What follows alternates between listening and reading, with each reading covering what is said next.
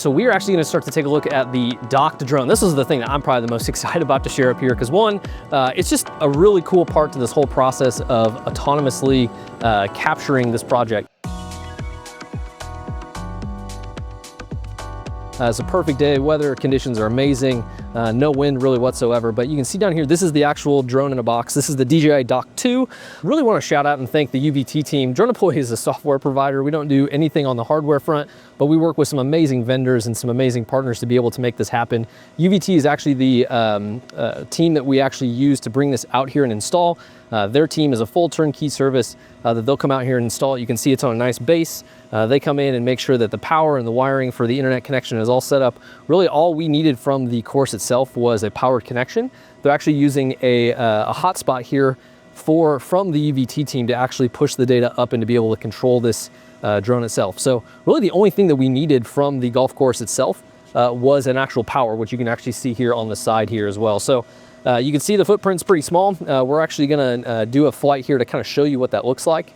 And let's see that in action. All right, so we're down here in the shade where it's a little bit easier to kind of show you what this is looking like here, but this is what our remote operator uses to control this and fly this autonomously. I'm gonna go over here to our pre-flight checklist. And what this is gonna do is this is gonna pull up all the telemetry from the dock itself. So what's really neat about this is that we can see all the telemetry and all the data here as a part of what this looks like before we take off. And what it's doing is it's going through that pre-flight checklist, and then we're gonna go ahead and open the dock. So now that those checklists are started, you can see the drone is actually taking off here.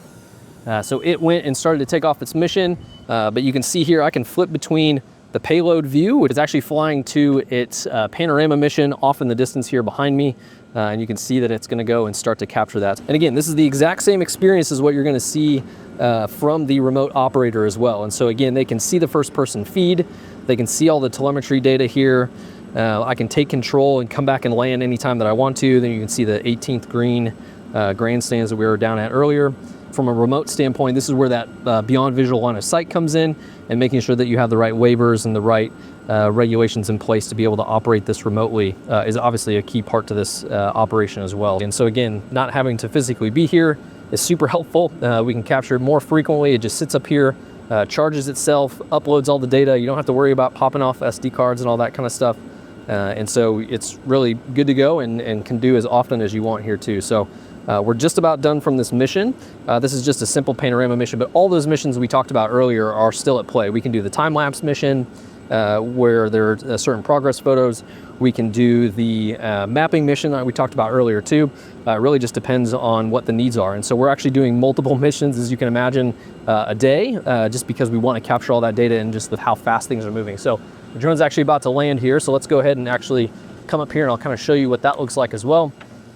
The drone's actually coming back from its mission right now. So you can actually see here what it's gonna do is when it comes back and lands, it's actually gonna open up, it's gonna receive the dock back, or the drone back in the dock itself, and then it's gonna close up and it will automatically upload those photos into DroneDeploy. We don't have to pop out SD cards, change batteries, all that stuff. It'll actually happen all within this, because this is also connected to an internet source to be able to push that back out. You can see here as it's coming down, again, this is all autonomous. This is all happening in the background here with the DroneDeploy flight app. Cradle that it actually sits in is what it's going to position it inside the dock so that the doors can close. And so you can see as it's coming down in here, it's going to sit within that cradle. The propellers will stop, and it'll actually then fold back up to then store it away and be in a weather-tight condition. So just, I mean, this is crazy. This is such cool technology to see in action. And again, all this is happening autonomously. You can see the propellers kind of fold in there to make sure that it is weather-tight and sealed. After it is done, it's going to upload all that into the DroneDeploy platform, and we will be able to view and share with those that are on the project. So that's a really quick kind of overview of how this dock works, what it looks like up here. And again, this is just awesome, right? This is really the key part to this, is really bringing that automation piece into play and using robotics because of the frequency in which we want to capture. Again, you saw how fast they're moving out there and how many times that we want to do it throughout the day, but I just want to give you a little bit of a behind the build of how we're actually capturing it as well using a dock to drone solution, which you can see here. And again, thank you for the UVT team. They were great in getting out here, getting this installed, and the course and getting us the needings that we needed up on the roof up here as well. And so it's been great to see how much we've been able to use this data already. We're about halfway through the build out.